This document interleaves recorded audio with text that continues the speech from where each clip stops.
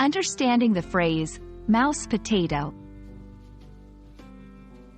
Hello and welcome, language enthusiasts.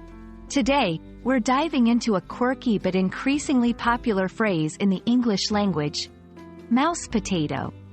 If you're curious about what this means and how to use it, you're in the right place. You've likely heard of a couch potato, right? A person who spends much of their time sitting on a couch, usually watching TV. Well, a mouse potato is its modern, tech-savvy cousin. This phrase describes someone who spends a lot of time at the computer, clicking away with their mouse, hence, a mouse potato. The term mouse potato emerged as computers became household items. It's a play on couch potato, combining the concept of inactivity with the device central to computing, the mouse. It humorously captures the essence of someone who is to their computer what a couch potato is to their TV.